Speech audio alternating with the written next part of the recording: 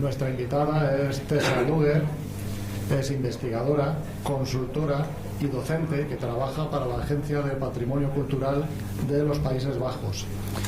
Este organismo es una institución similar a nuestro Instituto del Patrimonio en muchas cosas.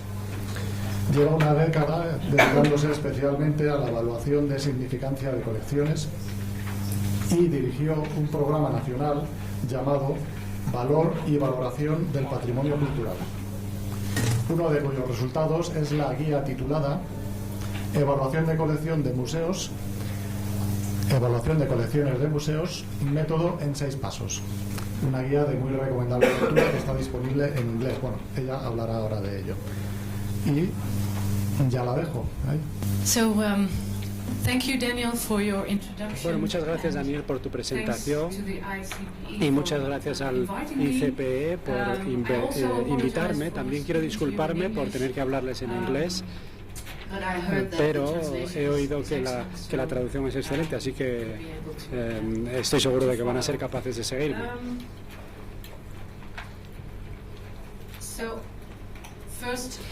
En primer lugar, me gustaría presentar la organización para la que trabajo y a continuación hablar un poquito de por qué queremos llevar a cabo una evaluación, cuáles son las razones para llevar a cabo una evaluación de significancia. Quiero hablar del Plan Delta para la preservación del patrimonio cultural que tenemos en los Países Bajos y luego voy a hacer una revisión de ese método en 6 pasos que hemos mencionado y dar algunos ejemplos de los casos prácticos en los que nosotros hemos ido trabajando a lo largo del tiempo y terminar luego con algunas conclusiones. Espero que todos sigan despiertos una vez que lleguemos a ese momento, porque es una charla bastante larga y no sé si voy a ser capaz de mantener el interés tanto tiempo.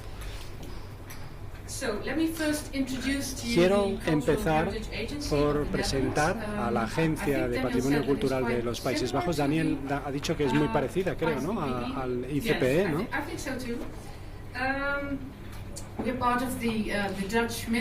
Sí, yo creo que sí. Soy parte del Ministerio de Educación, Cultura y Ciencias de los Países Bajos y esta agencia lo que hace es trabajar para proteger el patrimonio de los Países Bajos, tanto mueble como inmueble. Nos hacemos cargo de monumentos, arqueología, colecciones y paisajes. Y yo vengo del área de las colecciones.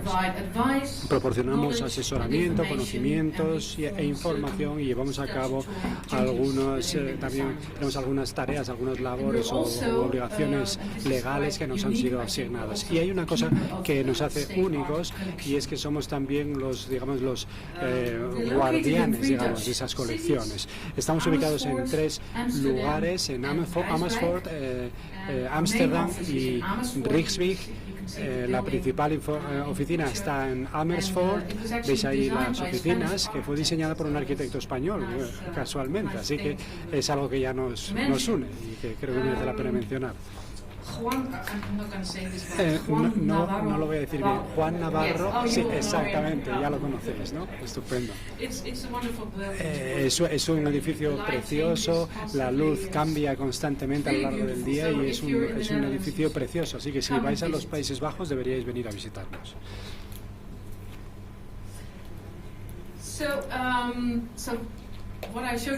Lo que os he mostrado antes es básicamente lo que hacemos en general, pero si entramos ya directamente en la evaluación del valor, nuestra función es desarrollar herramientas y métodos, de los que voy a hablar más adelante, para concienciar sobre este tema, proporcionar información, asesoramiento, formación y también, algo muy importante, crear una red y dentro de esa red compartir estas buenas prácticas. Sobre todo entre los museos, pero también con otros guardianes o con otros conservadores de colecciones. Puede que hayáis notado que yo utilizo la palabra valor. En neerlandés, valor puede significar precio y también valor en un sentido inmaterial, en un sentido intangible, la importancia. Así que podría significar también significancia, ¿no?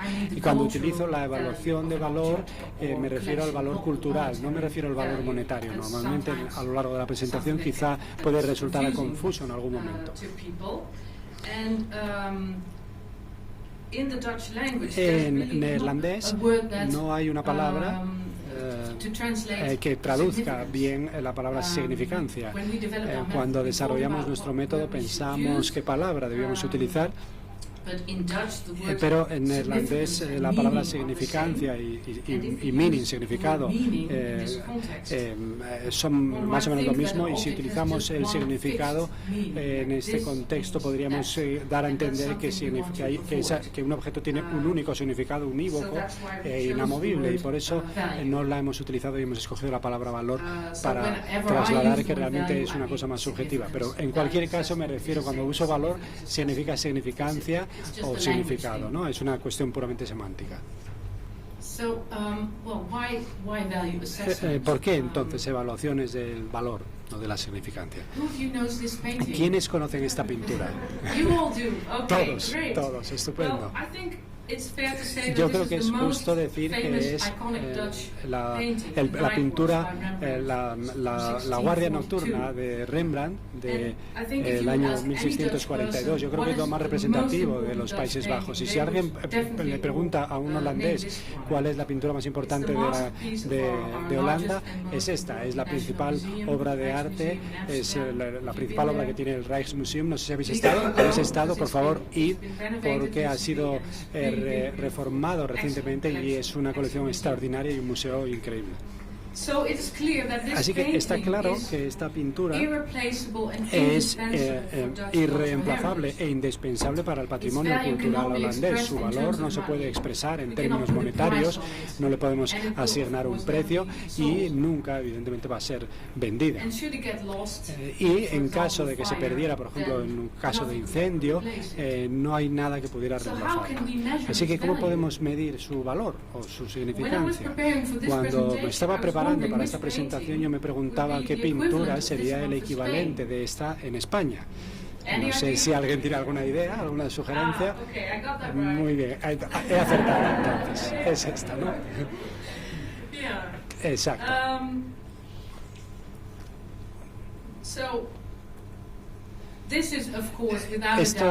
Esta es sin duda una pintura de un valor extraordinario e irreemplazable, y no solo para España, sino para toda Europa e incluso me atrevería a decir que para todo el mundo.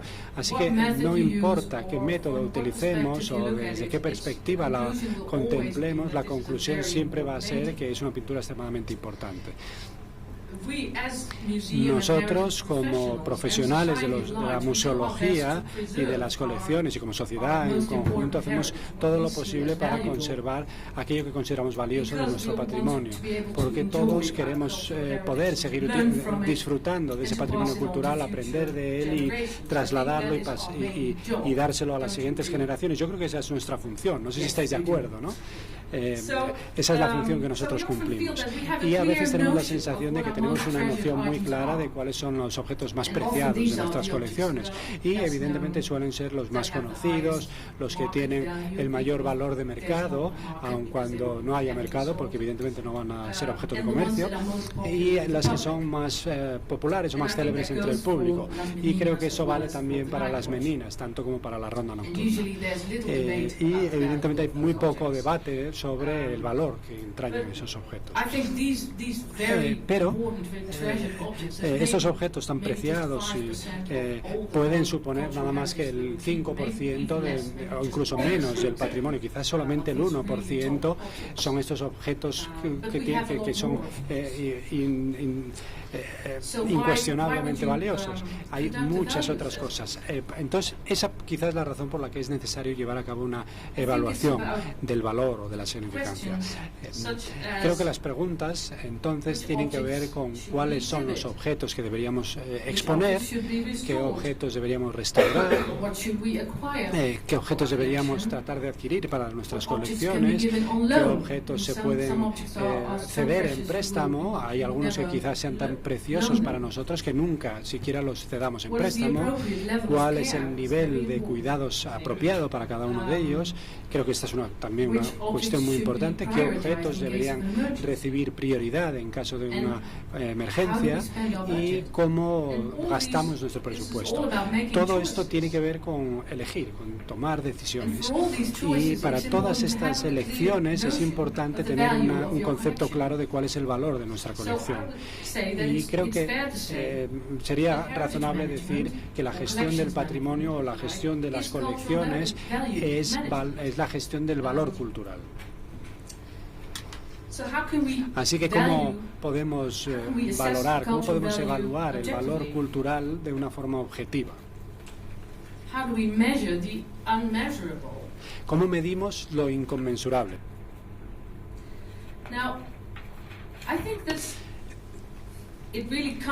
Yo creo que al final se reduce básicamente a tres cuestiones. Y después de haber escuchado a la presentación de Caroline, supongo que vais a reconocer muchas de las cosas que yo voy a decir, vais a ver las que ella dijo reflejadas aquí. Yo creo que tenemos un pensamiento muy similar. Trabajar juntos, colaborar en un equipo multidisciplinar es uno de los principales enfoques, una cuestión importante. Utilizar un método acreditado, habéis oído el método de Caroline, no voy a describir el nuestro, pero es importante que sea un método bien meditado y siempre mantener presente en nuestra cabeza cuál es la razón por la que lo hacemos. Y volveré sobre estos tres principios más adelante, pero son los que van a guiar, digamos, todo nuestro método. En lo que respecta al equipo multidisciplinar, siempre hay distintas perspectivas desde las que uno puede evaluar una colección. Es importante implicar a profesionales de distintos campos, de distintas disciplinas. Como señaló Caroline, no es solamente los sospechosos habituales, digamos, ¿no?, sino también traer a gente de fuera, gente de campos que quizá nos parezcan un poco ajenos a esto. No debe ser solamente la opinión de una persona, eso seguro. Y evidentemente también hay varios métodos posibles que uno puede adoptar. Creo que ¿por qué creo que es tan importante tener siempre presente la finalidad por la que hacemos esta evaluación? He oído que los museos nacionales en España están enfrentándose a un importante desafío y que van a desarrollar un plan de emergencia para cada una de estas instituciones y escoger las 200 piezas más importantes de cada una de las colecciones. Yo me pregunto, tengo curiosidad, ¿quién de vosotros está trabajando en eso o va a trabajar en eso? Me gustaría saberlo. Veo algunas manos. Pues creo que tenéis un desafío importante. Una cuestión extremadamente importante en lo que respecta al valor. No debemos olvidar que hay otros factores que también desempeñan un papel importante. Por ejemplo, la ronda nocturna puede que sea la pintura más importante de Holanda, pero quizá no es la más fácil de transportar, como podéis ver aquí. Prácticamente nunca abandona el lugar que ocupa, pero sí que se ha transportado en alguna ocasión debido a la reforma de todo el museo y sin duda fue una operación logística importante que requirió la implicación de mucha gente. En caso de una evacuación de emergencia, aunque es muy importante, quizá esta no sea una de las principales pinturas que habría que rescatar.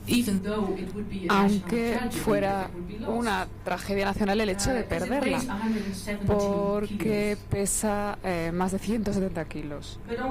Pero por otro lado, en lo que respecta a tomar medidas preventivas contra el vandalismo, esta pintura sería o estaría en la parte fundamental de la lista porque tiene un valor simbólico muy alto y por tanto es muy atractiva para los vándalos o los criminales del arte que ya la han atacado en alguna otra ocasión. Por eso siempre es importante tener en cuenta cuál es la razón por la que estáis haciendo estas evaluaciones. Ahora voy a hablar un poco del Plan Delta para la conservación del patrimonio cultural, que es una tarea que se ha llevado a cabo desde 1990 hasta 2000, es decir, durante una década, donde hemos hecho una operación de rescate masiva. El Plan Delta fue llamado después de un proyecto de trabajo en agua en los Países Bajos, con un trabajo de prevención de las inundaciones en el país para proteger a nuestro país del agua. Por eso se eligió este nombre, porque teníamos también que proteger nuestro patrimonio cultural y había una serie de problemas en la conservación y la preservación de nuestros registros y de nuestro patrimonio cultural móvil. Por eso el gobierno de los Países Bajos comenzó a desarrollar este programa y lo hizo durante una década, en la que se invirtió más de 150 millones de euros. Como se puede ver en la parte de la izquierda, así era la imagen de algunos de los almacenes de cuadros que teníamos en una mala condición. Espero que no reconozcáis este tipo de situaciones o que no os suene, pero me temo que todos las conocemos, ¿verdad? Bueno. No es el mismo sitio, es un antes y un después un poco metafórico. Pero bueno, es verdad que nuestras instalaciones de almacenaje se encontraban en unas condiciones muy malas y como resultado del programa el nivel de cuidado y de las acciones que tomamos al respecto se ha mejorado muchísimo, con nuevas instalaciones de almacenaje donde guardar muchísimas de las colecciones, hacer registros y redescubrir mucho material, lo cual ha sido un momento histórico muy importante para nosotros, un periodo muy importante, y los efectos del programa han ido más allá que el trabajo en sí mismo, sino que ha cambiado nuestra forma de pensar y de tratar con las colecciones. Para determinar qué colecciones eran las más importantes, porque el dinero teníamos que decidir al menos cómo gastar el dinero en qué colecciones, o a dónde tenía que ir el dinero, pues desarrollamos una clasificación en 4 categorías. La categoría A se consideró como la más importante, o fue considerada como la más importante para aquellos objetos y colecciones de valor nacional, son los únicos que caerían dentro de esta categoría. La B también era importante, pero no tan importante como la A, y estos son objetos que tenían un valor representativo.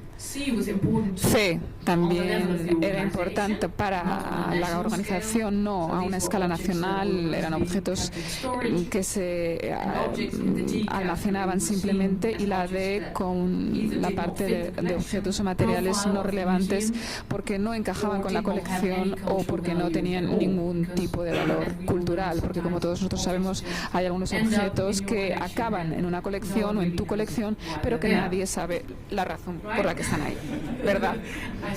Veo que algunas personas están asintiendo y ocurre, es verdad, lo mismo en todas partes. Como he dicho, el sistema se desarrolló para hacer una selección de las colecciones que tenían un valor nacional y que se podían aplicar a la hora de financiarlas, pero no era una herramienta muy buena para evaluar el valor, sino más bien para la designación de un sistema, como ha mencionado ya Caroline antes. Sentíamos, por tanto, que necesitábamos un método diferente para la evaluación del valor, porque el anterior o el método antiguo, aunque servía para el Plan Delta, para el objetivo del mismo, pues no era lo suficientemente satisfactorio, porque no nos contaba exactamente cómo hacerlo, la forma en la que hacerlo. Nos decía, esto es A, esto es B y esto es C, pero cómo decidir lo que va a cada categoría, pues no nos lo apuntaba. Por eso necesitábamos un método o una herramienta mucho más sofisticada, ya que queríamos mejorar la calidad del proceso de toma de decisiones en la gestión de la evaluación del valor a la hora de hablar de adquisiciones, de la gestión de riesgos, de la eliminación de ciertos materiales y sentíamos, por tanto, que evaluar el valor cultural de una colección debía ser el primer paso para gestionar las colecciones que ha dicho ya, o como ha mencionado también Daniel, una cosa que es muy importante. Como he dicho antes, la gestión del patrimonio cultural es la gestión del valor. La forma de pensar, por tanto, está en la parte central, en la base del desarrollo de un nuevo método. También queríamos hacer una herramienta de do it yourself, de hacerla tú mismo, de poder hacerla nosotros mismos o en los propios museos. La idea que hay detrás es que los profesionales de los museos son los que mejor conocen las colecciones y simplemente necesitan una guía a través de este proceso de evaluación. Empezamos este programa de investigación, como ha dicho Daniel en su propia introducción, con el título de Valor y Valoración, que es el título del programa. Uno de los objetivos del programa era desarrollar, por tanto, exactamente un nuevo método. Cuando comenzamos nuestro programa, nos fijamos en otros modelos que estaban disponibles o que nosotros teníamos a nuestra disposición y que estaban inspirados también en el modelo australiano 2.0 que ya ha mencionado Caroline, Review Significance 2.0, que era un poco el que presentaba el 3.0 del que ha hablado Caroline. Y nos gustaba que eran bastante abiertos y dinámicos, métodos o modelos bastante abiertos y dinámicos.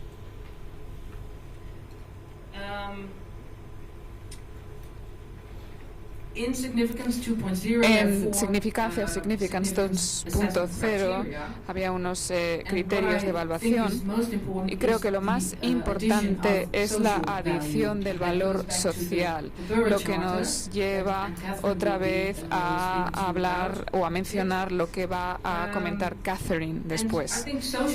Creo que el valor social es muy importante porque quiere decir que el patrimonio ya no se va a ver solamente desde un punto de vista puramente académico, sino también desde la perspectiva que tiene la sociedad del mismo, incluyendo el valor social. Pues tenemos en cuenta lo que significa el patrimonio para ciertos grupos de personas o para la comunidad. Y creo que en este sentido este es un gran cambio que hemos experimentado en nuestra perspectiva, en nuestro pensamiento también. También está unido a quién, esta pregunta, ¿quién evalúa el valor cultural de las colecciones? Siempre he visto esto desde el punto de vista tradicional y utilizo esta fotografía siempre en mis presentaciones y le hace a la gente reír, y a mí también me encanta esta fotografía, de hecho. El conservador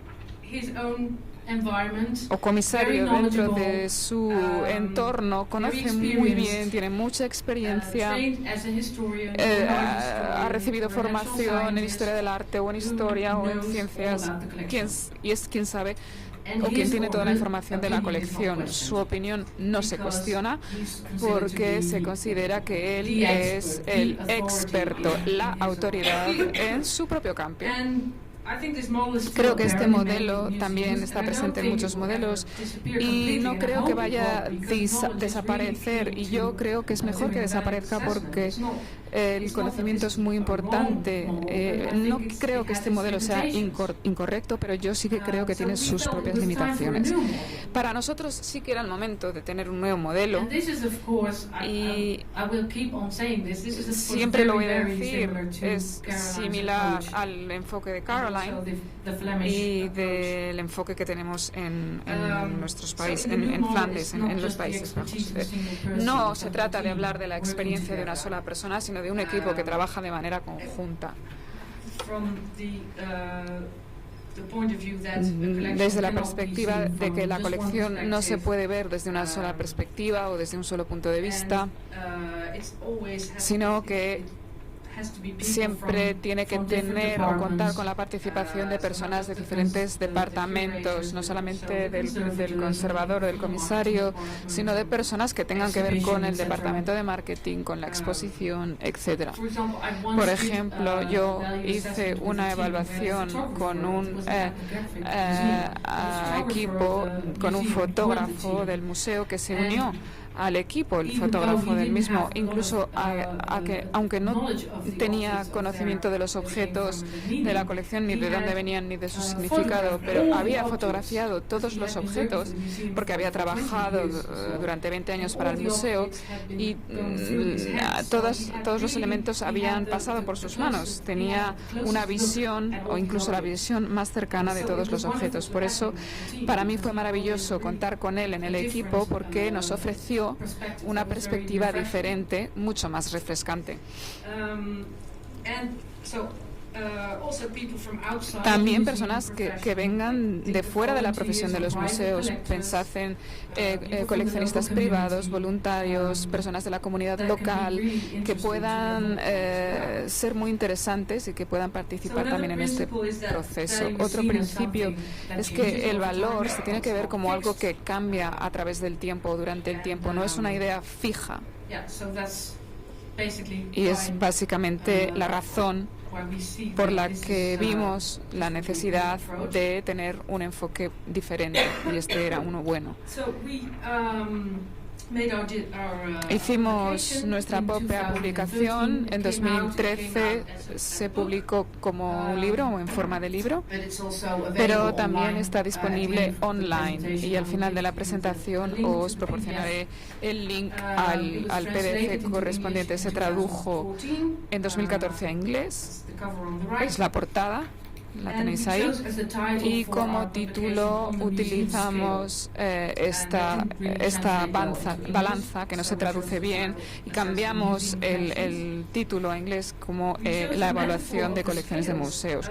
Esta metáfora con las balanzas es importante porque pensamos que la evaluación de valor es siempre una ponderación de objetos. La evaluación de valor es siempre una comparación de esto es más importante que esto, porque si todos los objetos fueran igualmente valiosos, no tendríamos que hacer una evaluación, ¿verdad?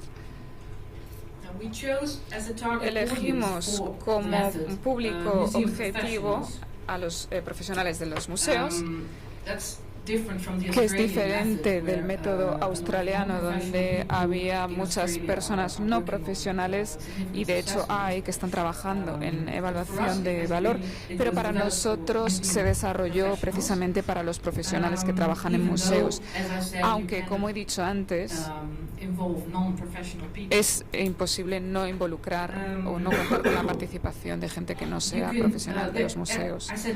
Ya lo he dicho, siempre hay un motivo, una razón por la que hacemos este tipo de evaluaciones, y se puede aplicar a diferentes niveles, a un nivel de objetos, de colecciones o de subcolecciones, y también se puede aplicar a todo tipo de colecciones, a todos los tipos de colecciones que existen. Es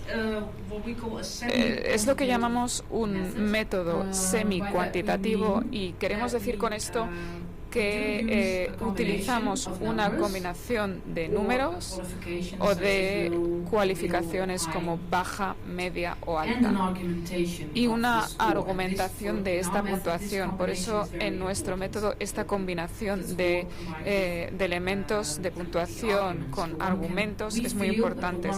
Lo que nosotros pensamos que una cosa no puede ir sin la otra, porque un número no os dice por qué algo es importante, nos da la razón.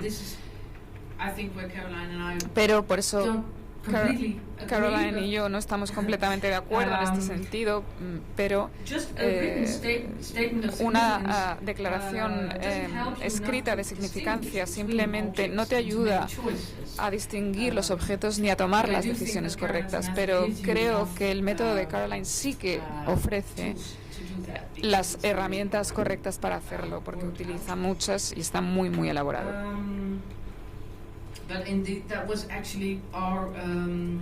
Pero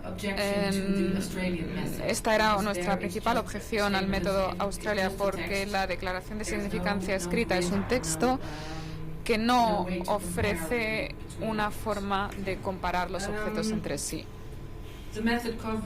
El método nuestro método cubre todos los aspectos relevantes de valor, también históricos, sociales y culturales y de uso, y también se fija en el potencial de desarrollo que pueda tener. Con esto queremos decir que el objeto o los objetos pueden tener un valor actual, pero que también se puede desarrollar o cambiar en el futuro. Por ejemplo, si restauramos el objeto, pues la presentación o el valor del uso del mismo probablemente subirá.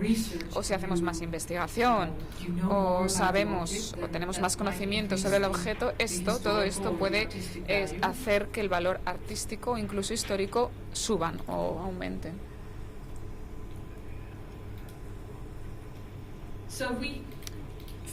Por eso pensamos que este método ayudaba a que conozcamos mejor nuestras colecciones. No es que lo pensáramos, es lo que escuchábamos de las personas que han trabajado en este proyecto. Nos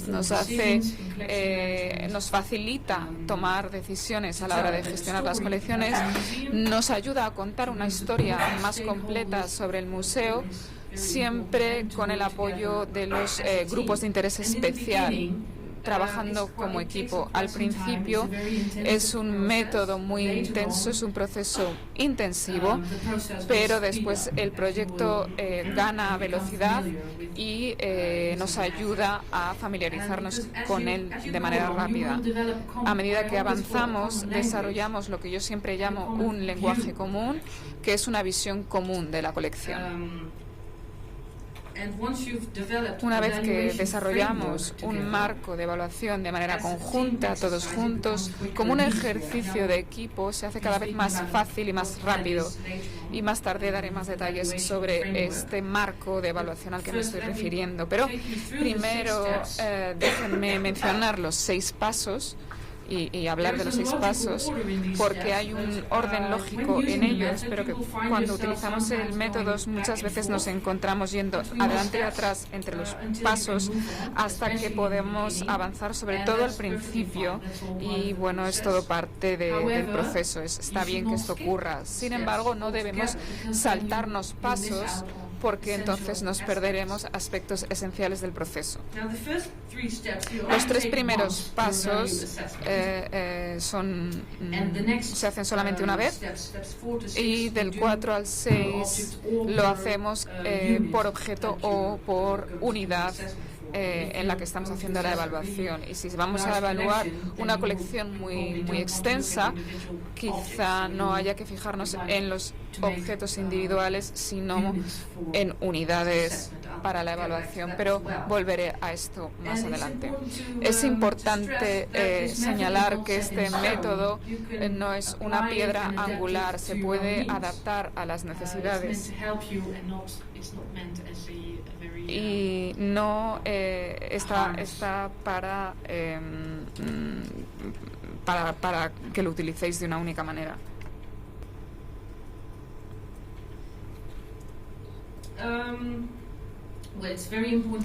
Es importante documentar el debate o las discusiones que se tengan, como ha dicho ya Caroline antes, entonces no tengo que repetir mucha de esta información. Pero una vez que se llega al paso número 4, donde ya hemos hecho los anteriores, es importante comprobar si tenemos toda la información relevante para dar respuesta a las preguntas del paso número 1. Vamos a volver a los pasos anteriores, porque el primer paso es siempre el de formular la razón por la que estáis haciendo la evaluación. El paso 2 es el de decidir qué es lo que se va a evaluar, en el que se elige el marco de referencia, que es exactamente a qué nivel vais a evaluar la evaluación, y volveré a ello, y determinar cuáles son los principales grupos de interés. En el paso 3 se escogen los criterios y se define el marco de referencia. Os daré algunos ejemplos, porque sé que toda esta información es un poco abstracta, pero lo explicaré más adelante. Después, en el 4 se asigna la puntuación de valor y se encajan o se hace una compaginación con los argumentos. En el 5 se procesan los resultados, en el 6 se toma una decisión o se toman medidas, se hace una acción, porque es un poco el objetivo final, el que se haga algo con la información obtenida. En los Países Bajos sabemos que los motivos o las razones más comunes para empezar una evaluación de valor es establecer el perfil de la colección, hablar de la transferencia o cesión, que es algo muy importante en los Países Bajos. Lo hemos pensado durante 20 años o más. Y también es resultado del plan de Delta, donde empezamos a limpiar un poco todas estas instalaciones de almacenaje y encontramos objetos que se suponía que no tenían que estar ahí. Por tanto, pensamos que hay una necesidad de separar lo malo de lo que realmente es bueno, o de evitar cosas que son redundantes, el grano de la paja, y tener unas instalaciones de almacenaje buenas, que es el momento de ser críticos o de tener un punto de vista crítico con nuestras colecciones. Un tercer motivo son los cambios organizativos que ocurren. Algunas veces un museo cierra, desaparece por falta de financiación, en la mayor parte de los casos, o hay una fusión entre diferentes museos, y hemos visto ya algunas durante los últimos años. Normalmente es una combinación de 2 o 3 motivos. Os voy a dar ejemplos de cada uno de estos 3 motivos con los que hemos trabajado nosotros.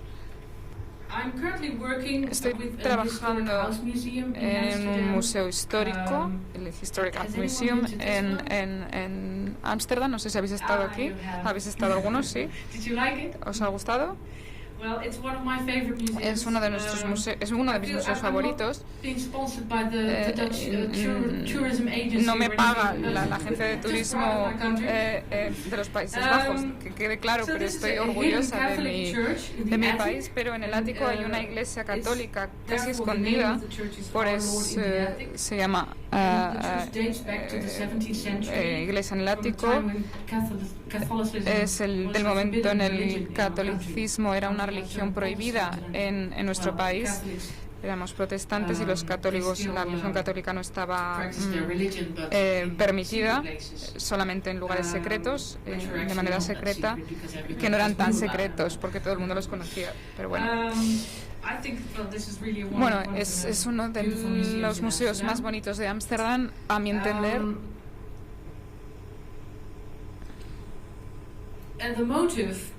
Y el motivo de realizar una evaluación de valor es que el edificio histórico donde estaba el museo se había restaurado y ampliado durante los últimos 15 años, y la ampliación del mismo había cambiado todo el personal del museo. Durante aquel momento la colección se estaba descuidando un poco, y ahora que se ha terminado la operación, el museo tiene que desarrollar una estrategia de colección diferente. La colección viene de diferentes iglesias en Ámsterdam, y algunos objetos están relacionados con la historia de este museo, pero algunos otros no. Por eso las cuestiones que se pregunta a sí mismo el museo es cuál es el perfil deseado y el perfil actual del museo, cuál es la significancia de estos objetos, cuál es la historia que este museo quiere comunicar. Tiene que ver con este lugar en sí mismo, o con la historia, o con el catolicismo en la historia de Ámsterdam, o catolicismo en los Países Bajos, no sé. ¿Cómo se puede desarrollar la colección en el futuro a través de adquisiciones o nuevas formas de presentación? Todas estas cuestiones son relevantes en este momento y se van a tratar dentro de un nuevo plan de la política, o plan de política de la colección.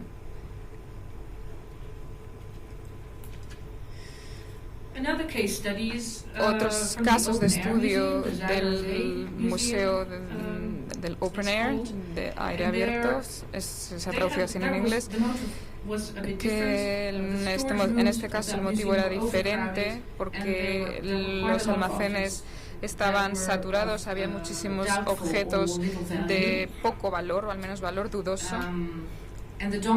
Y el motivo de la evaluación de valor era el de mejorar el nivel del cuidado de la colección y el de crear más espacio de almacenaje, eliminando aquellos elementos que no tenían valor para el museo. Muchas veces este es el caso con este tipo de museos abiertos o al aire libre, que son mucho más diferentes, o son diferentes de museos interiores donde se han coleccionado los objetos de manera diferente. Aquí los objetos quizá no tienen un origen claro o una procedencia clara.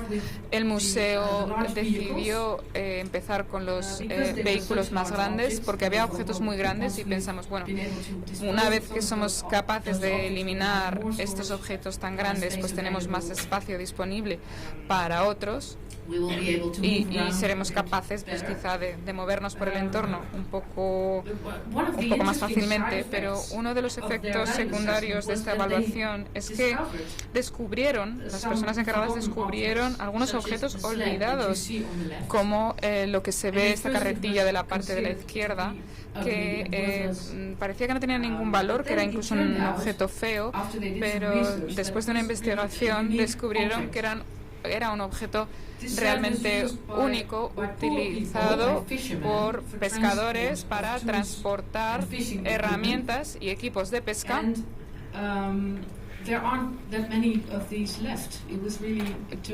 Que se perdieron, muchos de estos se perdieron y por eso este es único. Este ejemplo nos muestra que el método no solamente tiene un valor tradicional como histórico, valor artístico histórico, sino también que está diseñado para buscar otros aspectos en un contexto, en este caso con otros objetos parecidos, porque contaba realmente una historia de pescadores interesante. El resultado del proyecto es que la colección es parte de una subcolección y ahora el museo tiene mucho más espacio disponible por esta descatalogación y hemos descubierto pues incluso tesoros escondidos. El tercer caso que me gustaría presentaros es del museo provincial, el Limbus. Este museo era el resultado de una fusión de otros 3 museos locales y aunque estos 3 museos juntos tenían una declaración, una misión clara, las 3 colecciones juntas no tenían un perfil realmente claro y el museo quería tener una agrupación mucho más clara de su colección. Por eso habían evaluado su colección entera a un nivel inferior, una subcolección, utilizando el método que he comentado anteriormente, y al hacerlo han mejorado la calidad de su gestión de las colecciones enormemente, porque ahora tienen un plan, una política de colecciones diferente, tienen una estrategia de adquisición completamente diferente, con una estrategia de preservación y de evaluación diferente, que es el próximo paso del proceso, nuevas direcciones para la investigación, y han identificado algunas relaciones entre las subcolecciones, porque cada comisario había hecho la evaluación de su parte de la colección y sabían hacerlo de la mejor manera, pero juntos se reunieron durante las semanas e intercambiaron los resultados y concluyeron, o como resultado tuvieron, yo diría, buenos resultados comunes. Esto es todo todavía el primer paso. Son todos ejemplos de cuáles son la cuestión del motivo del móvil y cuál es el resultado deseado. Una vez que hemos formulado la pregunta y la razón, decidimos qué es lo que vamos a evaluar. Si vamos a evaluar toda la colección, parte de una colección es un objeto aislado, también puede ser un conjunto de objetos, por ejemplo, puede ser una casa con la biblioteca, con el jardín incluso, con el mobiliario, etcétera, etcétera. Y luego escogemos cuál es el marco de referencia. Y ahora voy a explicar qué es exactamente lo que quiero decir con esto. Como he dicho antes, la evaluación es siempre una cuestión relativa, es siempre una comparación entre objetos de una colección o entre distintas colecciones. Así que tenemos que decidir exactamente el contexto en el que vamos a tomar esa decisión o vamos a decidir evaluar esa colección o ese objeto, cuál es el nivel de comparación que vamos a llevar a cabo. Por ejemplo, internacional, nacional, regional, local, o puede ser incluso interno, que dentro de la propia organización. Y para daros simplemente un ejemplo, nosotros quisimos hacer una evaluación de una colección de obras de arte de la década de 1920 y 1930 hechas por dos hermanos. Estas dos imágenes son de dos hermanos. Y esta colección había sido donada al municipio de la ciudad donde habían crecido esos dos hermanos. Uno era un artista profesional y el otro era amateur. Creo que podemos identificar cuál es cuál a partir de estas dos imágenes. Una es de cada uno de ellos. Y en este caso la cuestión sería, ¿cuál sería el punto de referencia? ¿Debería ser nacional? ¿Debería ser local? Porque las obras del pintor amateur no tienen demasiada calidad artística.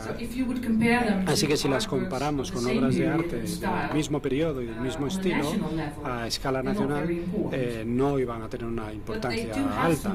Pero sí tienen valor si las vemos a escala local, ya que el artista estaba relacionado con el lugar y muchas de estas pinturas, muchos de estos paisajes son de esa región. Las obras del artista profesional, sin embargo, sí tienen valor a escala nacional. Y este ejemplo nos muestra que el resultado de la evaluación puede ser distinto dependiendo de cuál sea el marco de referencia que utilicemos. Así que siempre es importante darnos cuenta de cuál va a ser la perspectiva que vamos a adoptar para ver esa colección. En el paso 3 decidimos cuáles son los criterios relevantes, definimos cuál es el marco de evaluación. Y en el método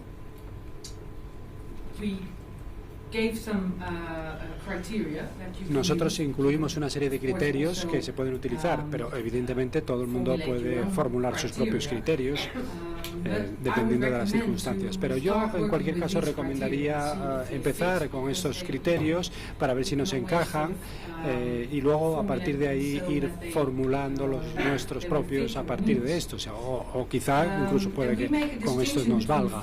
Y nosotros hicimos una distinción entre cosas, rasgos como por ejemplo el estado de conservación o la rareza, ¿no? la unicidad de este producto, y luego cuestiones, por ejemplo, cuestiones históricas. Hay cosas que se pueden medir de una forma más objetiva que otras y pueden reforzar o pueden debilitar, digamos, los restantes valores.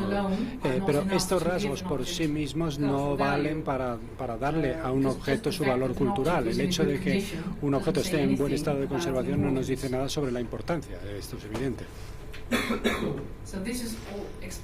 Así que todo esto en nuestra publicación se explica más en detalle, no voy a entrar tampoco en demasiadas explicaciones, y lo que sí voy a mostrar es este formulario. La plantilla que nosotros utilizamos es un Excel, una hoja de cálculo, y está también en nuestro sitio web, y a pesar de que puede tener un aspecto demasiado complicado o que dé un poquito de miedo, ¿no?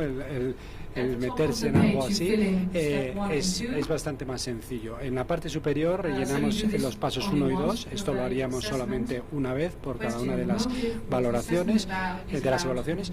La cuestión sobre la pregunta y el motivo para hacerlo, el marco de referencia, y luego el paso 3 es los criterios, ¿no? Para esa evaluación del valor. para esta evaluación concreta. Esto va a ser siempre personalizado, va a ser siempre específico de la evaluación. Esto sería como si dijéramos el baremo, ¿no? la vara de medir que vamos a utilizar para evaluar el resto de la colección, ¿no? Básicamente viene a ser el lenguaje común que desarrollamos como equipo para entendernos. Y hay gente que a veces se salta este paso porque lo encuentra difícil de hacer o a veces piensan que no es necesario. Yo creo que es un proceso, una parte muy importante del proceso, porque si no definimos esta vara de medir, no vamos a saber lo que estamos midiendo.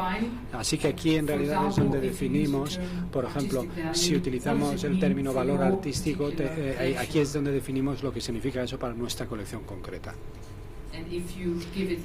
Y si, por ejemplo, le damos una puntuación o una calificación de alto valor artístico, ¿qué significa esto? Significa que tiene importancia nacional, importancia internacional, etcétera.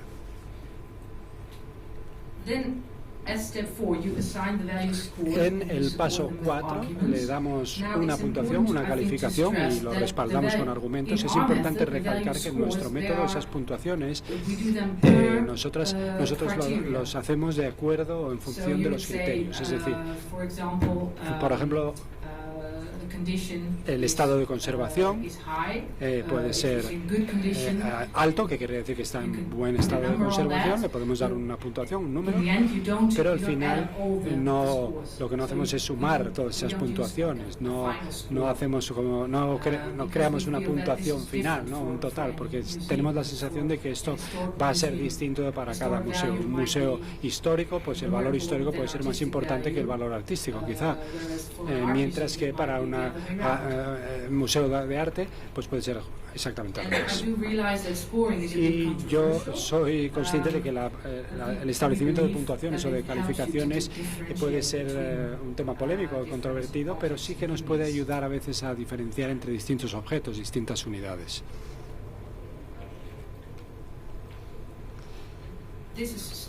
Y pasamos luego al paso 4, que es donde especificamos los argumentos para nuestra evaluación del valor.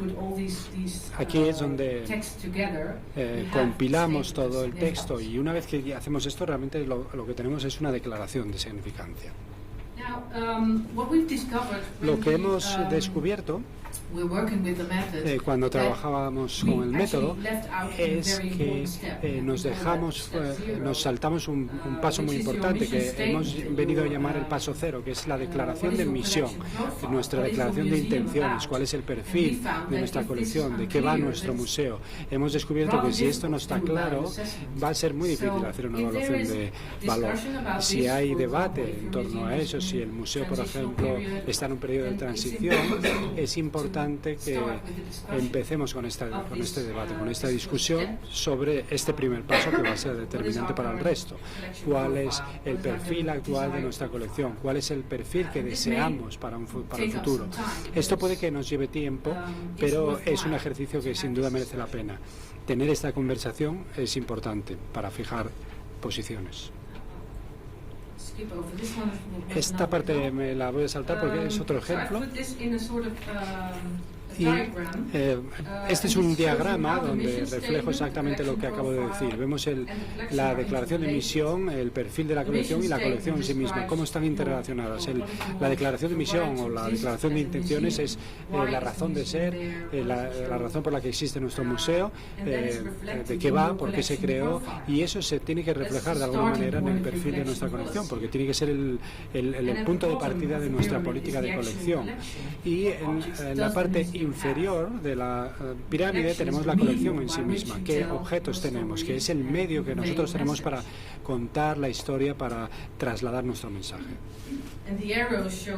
Y las flechas reflejan que podemos avanzar o podemos subir o bajar por los distintos niveles indistintamente. Yo creo que este modelo, esta imagen, ayuda a la gente a tener una idea más clara de dónde estamos, ¿no?, en el proceso. Normalmente uno a lo largo de todo este proceso pasa por estas etapas, sube y baja y se mueve bastante por ellas.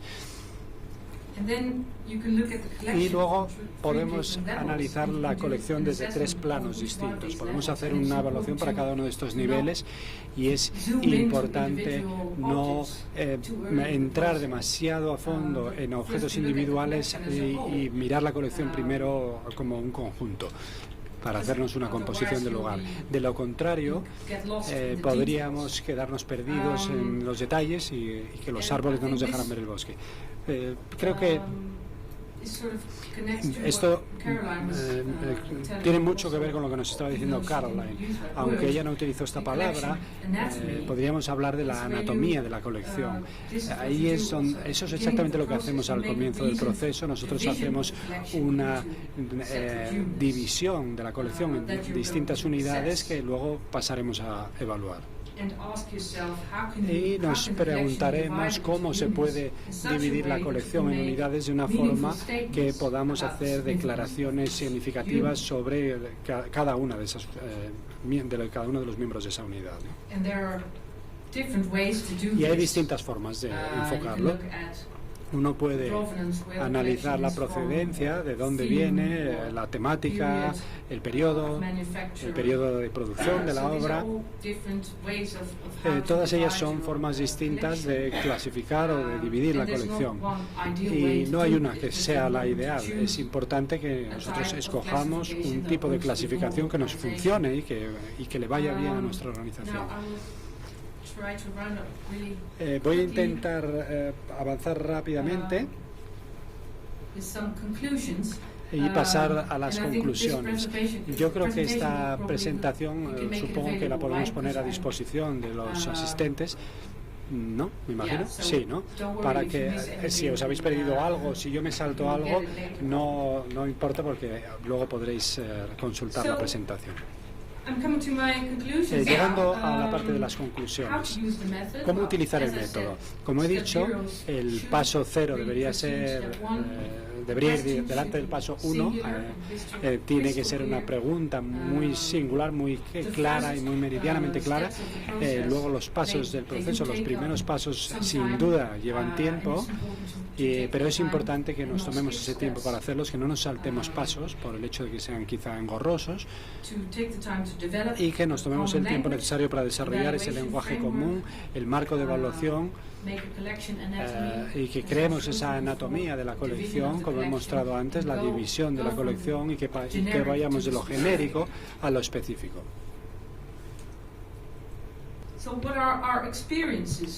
¿Cuáles son nuestras experiencias? Nosotros hemos descubierto que ayuda la discusión de grupo, ayuda mucho a crear ese lenguaje común, a asegurarnos de que estamos todos en la misma onda, por decirlo de alguna manera. Luego las múltiples perspectivas nos llevan a descubrir nuevas formas de observar y de afrontar la colección, y nos dan inspiración. Es importante crear equipo, crear un espíritu de equipo. Es importante que también haya un director del proyecto y un líder o un moderador de las discusiones para que pueda realmente moderar y promover una evaluación productiva. Y luego que también sirve como base para luego hacer muchas otras cosas con esto. ¿Cuáles son los inconvenientes? Pues que requiere mucho tiempo, consume tiempo y recursos, evidentemente, y a veces puede ser difícil tomarse ese tiempo de reflexión que es necesario, ya que estamos preparando exposiciones, estamos trabajando en la conservación. Reunir a la gente puede ser siempre un desafío. Procesar los resultados también puede plantear problemas. Cuando uno empieza a plantearse cómo vamos a hacerlo, cómo vamos a pasar a la fase de procesamiento, tenemos que pensarlo bien, y sin duda nosotros no tenemos una forma ideal de hacerlo. No sería estupendo que tuviéramos una receta y una herramienta digital que lo resolviera todo, pero por el momento no es el caso. De hacer la evaluación a emprender acciones, a tomar medidas sobre esa evaluación, hay un trecho también. Y es lo importante, ¿no? Tomar acciones, emprender acciones, luego hacer algo con eso. Es muy importante que tengamos sin duda el compromiso de la dirección, que la dirección esté respaldando lo que nosotros hacemos, Y es algo que hay que tener presente y hay que recabar desde el principio. Creo que he llegado al final de mi presentación, así que muchísimas gracias por atenderme. Y este es el enlace para nuestro sitio web, donde podréis encontrar la publicación online. Encontraréis ahí también mi dirección de correo electrónico. Y si tenéis alguna pregunta y quizá no las podéis hacer hoy, sin duda estáis invitados a mandarme un correo y yo estaré encantada de responder o ponerme en contacto con vosotros. Muchas gracias.